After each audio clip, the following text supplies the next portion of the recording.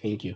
All right, so let's begin. So, how do you understand future selection techniques in machine learning? Because, like I told you guys last time, that whenever you want to perform machine learning thing, you have to understand the computer is about garbage in, garbage out. Whatsoever you give seed is what you get. Like the life proverb that said, whatsoever you sow, you reap. So if you don't sow good futures, you will get a very bad model that may not perform very well. A model that could suffer from so many consequences of you not selecting maybe the right future. So what does this future selection mean? We said in a typical data science project, one of the major thing that you are going to be come about is how do you build a successful project that you could be able to deploy them and help solve the problem that you have been contacted for. So you will have numerous features that you are looking out for. They could range from categorical, continuous, and different feature types.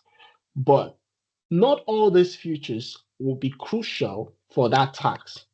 It means you need to prioritize the features that you need so you don't just have this lots of features that will give you problem, especially when you want to explain the results of your model. So future engineering helps you to streamline these models by selecting the key features that you need. So the process of selecting the most relevant features for your machine learning model is called the feature selection approach. So one of the reasons this feature selection is very, very important is because it will help to improve your model, it will reduce overfitting, and it will enhance interpretability. Now, when we begin to go further, you will really begin to see reasons why you should consider feature selection. But I also want to make a point here that it's not every task in machine learning that requires feature selection.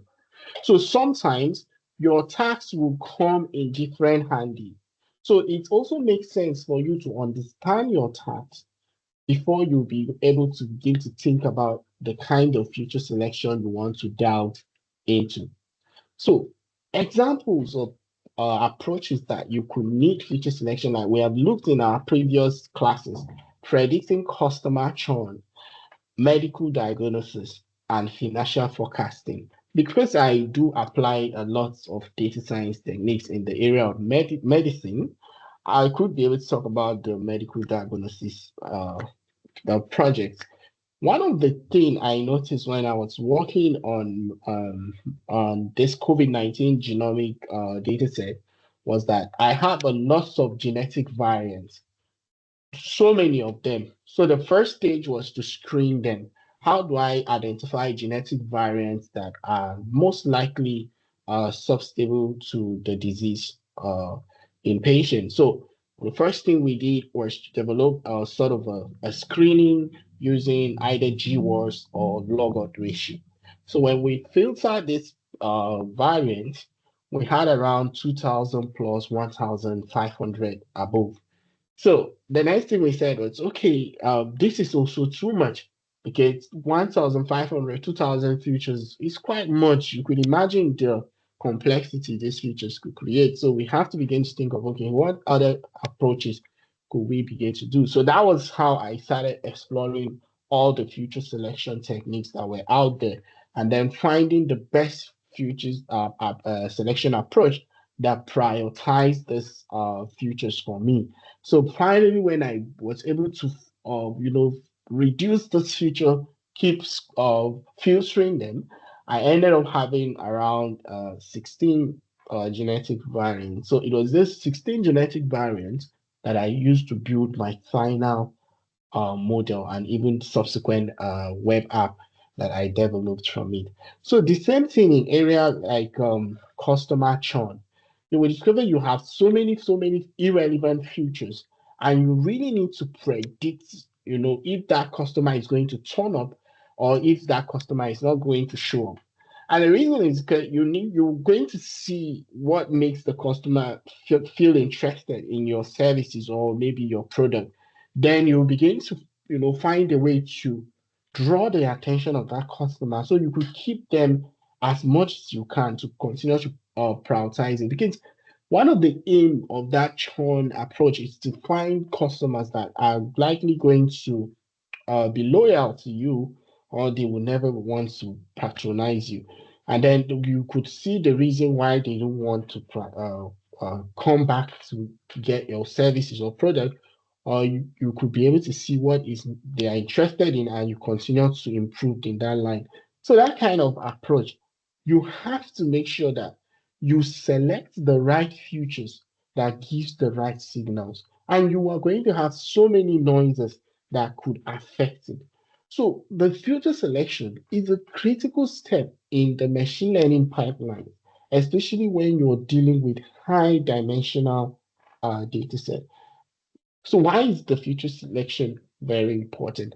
If you recall previously, I harped upon issues on curse of dimensionality. I think from the onset of the class, I told them about the issues that has to do with the curse of dimensionality. That it's a very big problem that you face in data science machine learning projects.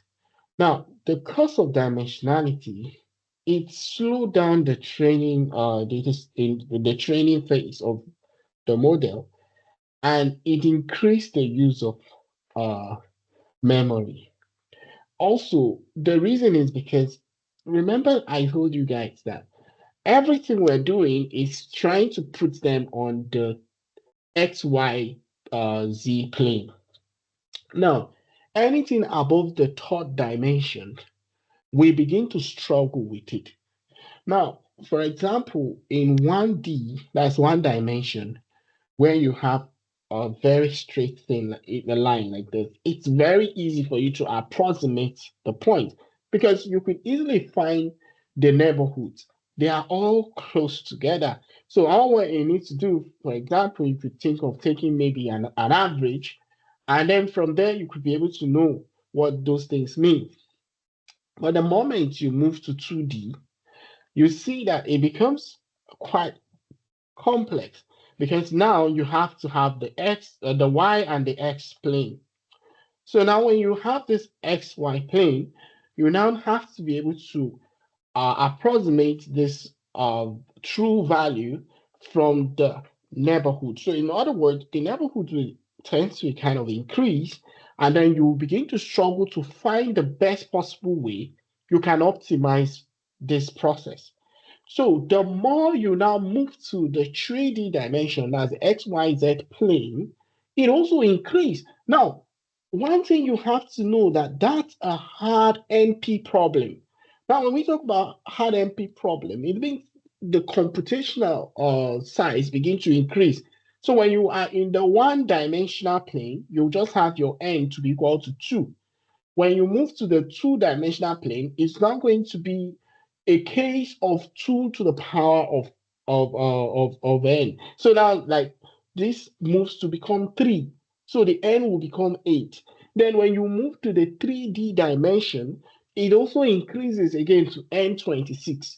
So imagine now when you now have 1,000 features or even 100 features.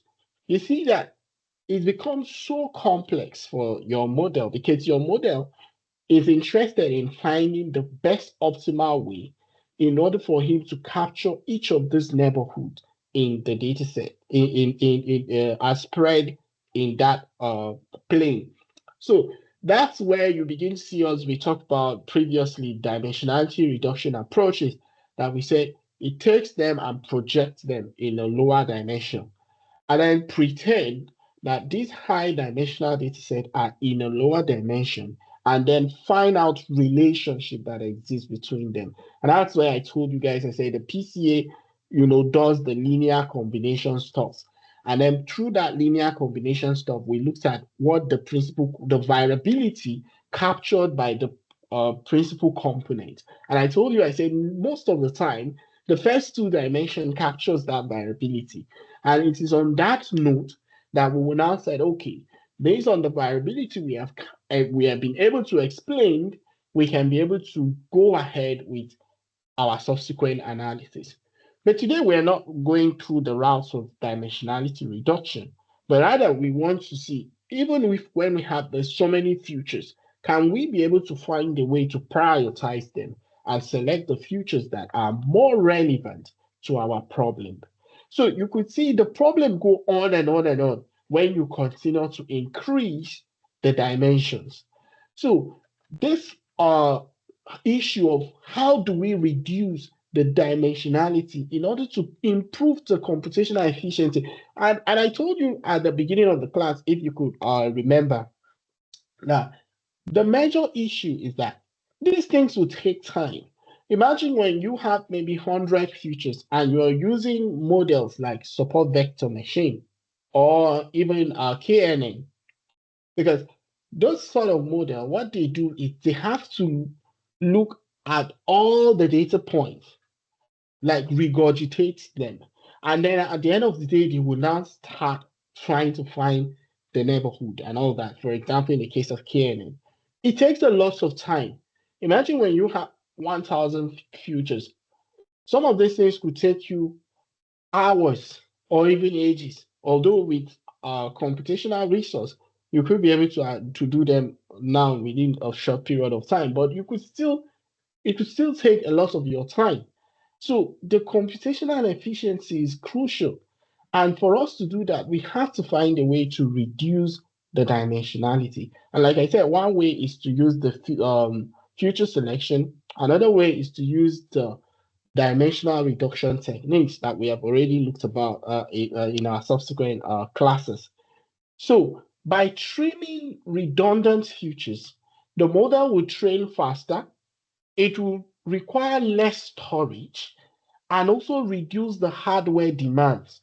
For example, cutting down 100 features to 20 will speed up the algorithms like support vector machine or even neural networks exponentially, because these things grow exponentially. So because of that sort of approach, you have to make sure that whatsoever you're doing, you are working with the right features. So these irrelevant features don't even add noise to what the model is capturing. Now, talking about the issue of noise. Noise is a very big problem because when you have lots of these features, all what they will do is to keep adding so much randomness into your work. And then you cannot be able to know what the exact signal that you're going to capture. And when it's about noise, there are so many kinds of noise. But I wouldn't want to go into that because we have the white noise and all that. I don't want to look at that area. But when we talk about how do you identify the real signals that you need in your model, because at the end of the day, your model, like I say, is a simplification of reality. And reality is complex because of the randomness, the degree of randomness in the process. So, because of that sort of randomness, you would always want to make sure that what you are identifying is not just some random thing, but rather they are signals that actually have patterns. That if we follow these patterns, we can be able to find an explanation why that process was triggered.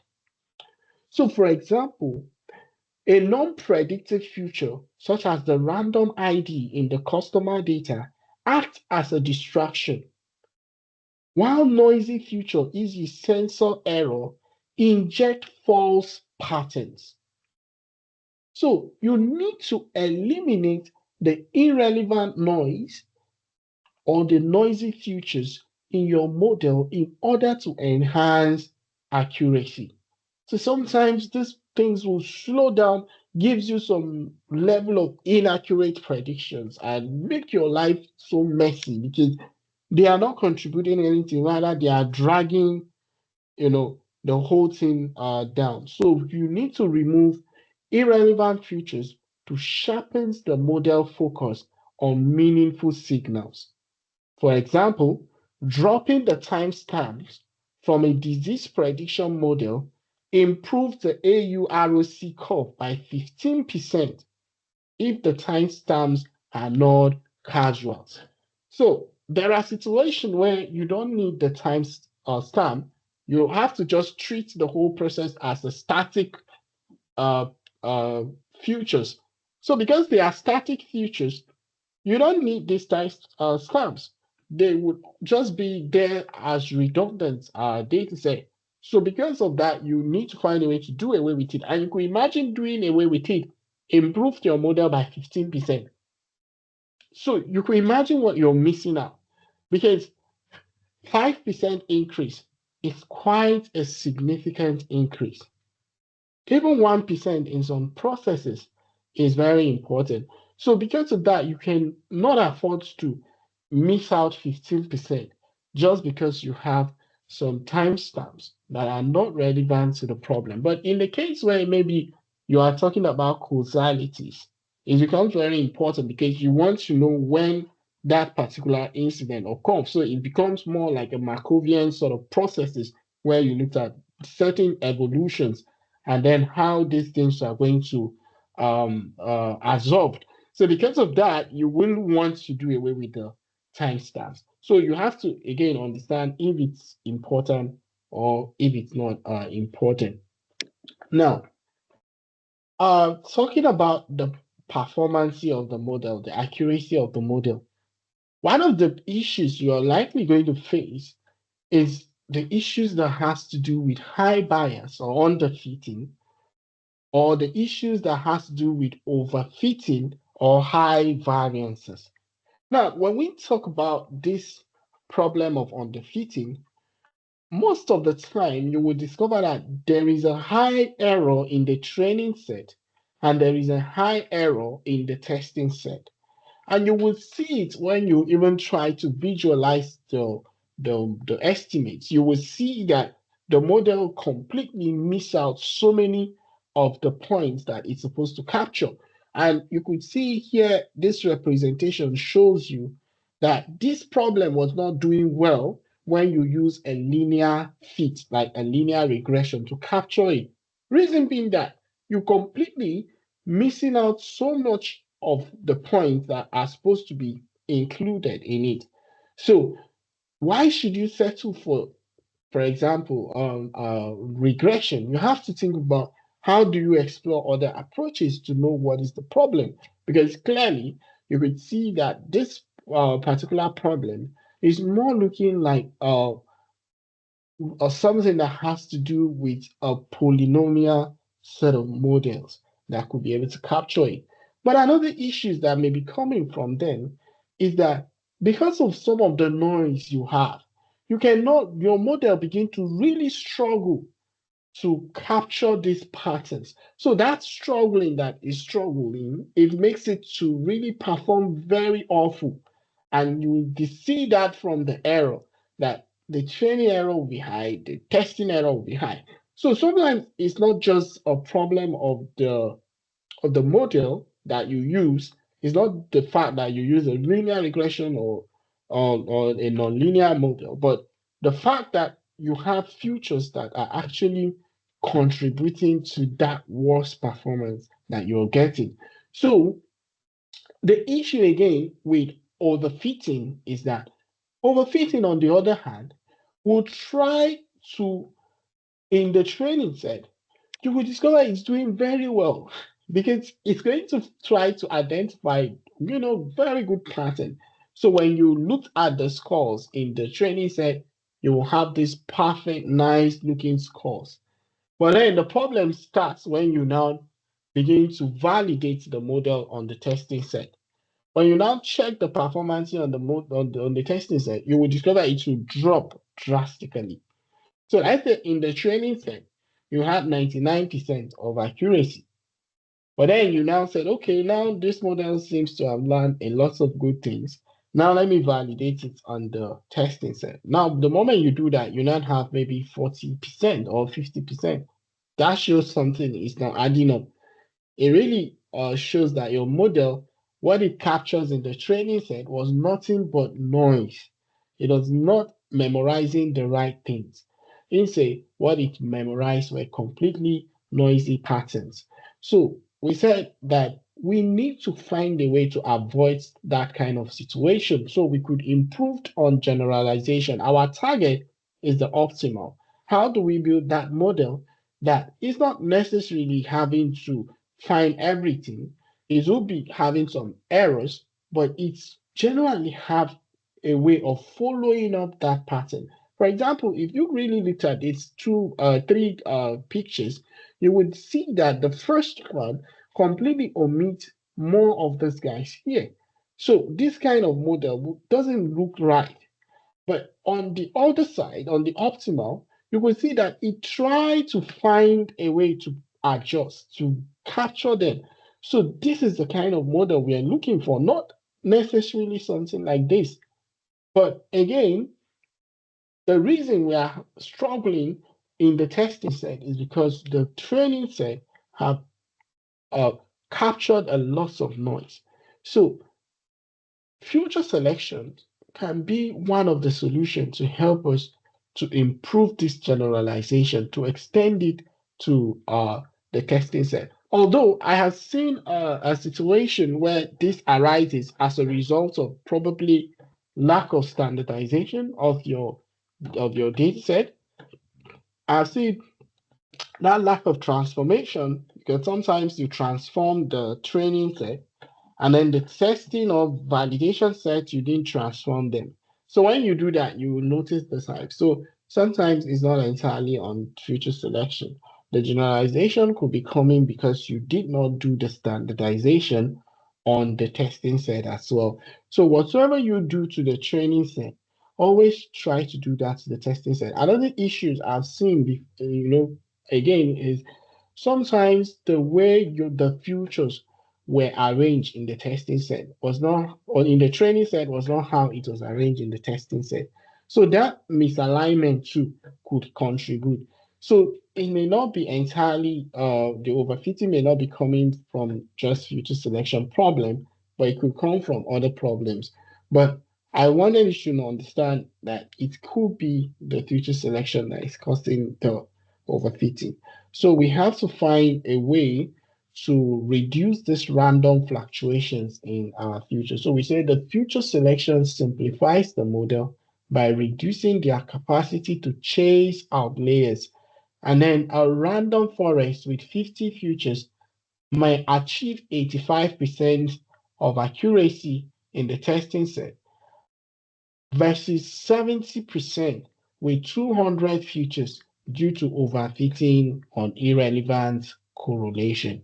Now, remember what I told you guys about multicollinearity earlier on, that whenever we have these futures competing against themselves, when that happens is that they begin to slow down themselves. The crap sort of mentality we talk about, it begins to, this future wants to move. No, this one wants to move. So the both of them, because of the high level of correlation that exists between them, they now ended up not contributing equally to the response of target variable.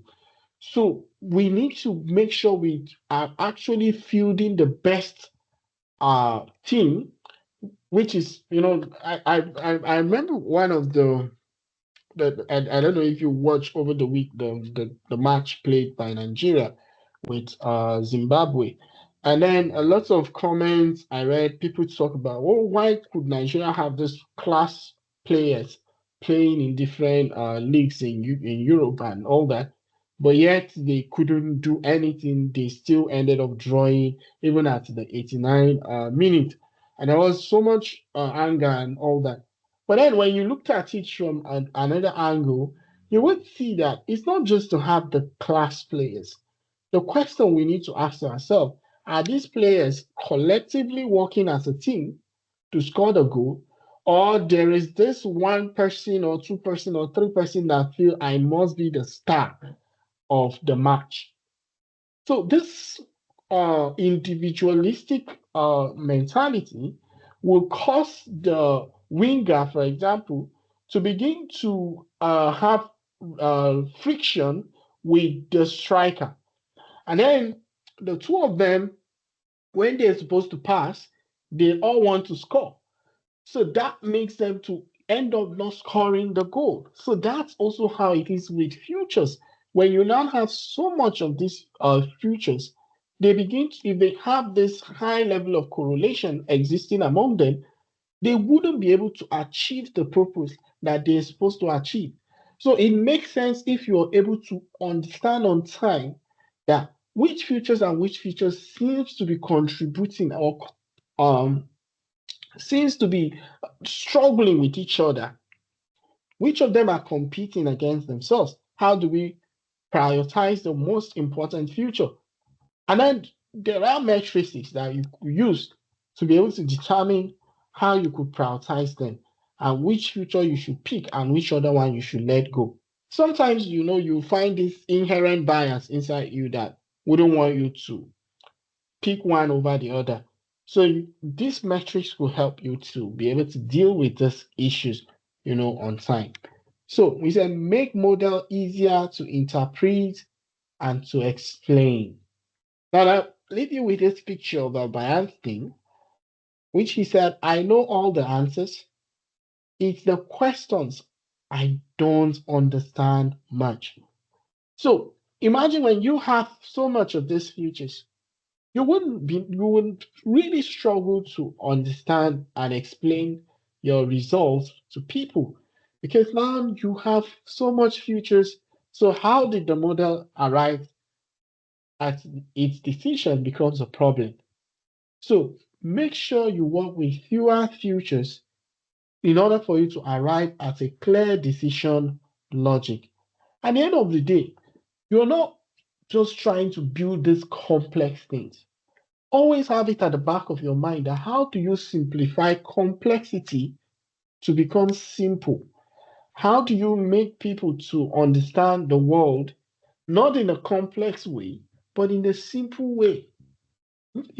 So don't make a simple thing complex and don't make a complex thing, rather strive to make a complex thing simple. Okay, I think that's the best way I could put it. So, for example, a loan approval model is using only credit score and income. It's transparent while including 50 vague matrices like social media activities, raise red flags for auditors. Stakeholders trust models when they can trace the outcomes to key drivers. So, for example, I work with the medical guys. There is this model we're building, or we're currently the paper is on the submission, but I think I can still talk about it. We trying to identify biomarkers that are key drivers of chronic kidney disease in about 3,000 nutshell dataset of CKD patient. So the first thing we have about 25 biomarkers, and these biomarkers are collected from blood samples and also urine samples. Then in the blood samples, we have biomarkers that were collected from plasma and other ones from serum. So my job is to, in that particular task, is to first of all, identify associations of the biomarkers with clinical outcome like kidney failure and all-cause mortality.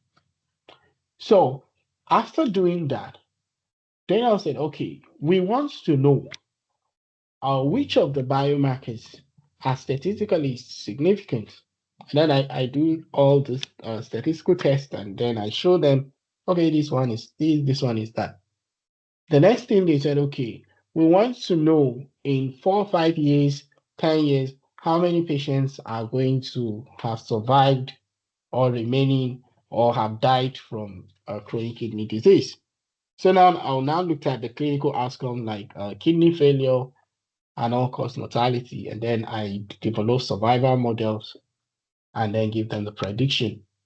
But then they now have this interest in biomarkers subset that, okay, we want to know the subsets of biomarkers that are most predictive of these clinical outcomes. So now you see that's a feature selection problem. Now, excuse me, I have to build models that are most uh, associative of the disease. So now I have to start prioritizing them, and I have to test different feature selection approaches.